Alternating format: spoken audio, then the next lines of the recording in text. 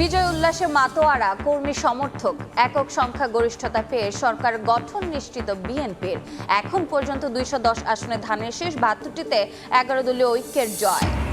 দেশ পুনর্গঠন ও সুশাসন প্রতিষ্ঠার অঙ্গীকার ধানের শীষের বিজয়ীদের। বিজয় মিছিল না করার নির্দেশ তারেক রহমানের।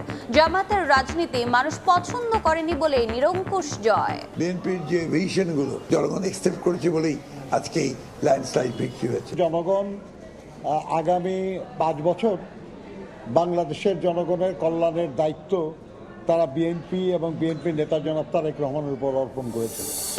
এবং নির্বাচনে বিএনপির বিজয়ে তারেক রহমানকে অভিনন্দন ভারত ও পাকিস্তানের প্রধানমন্ত্রীর।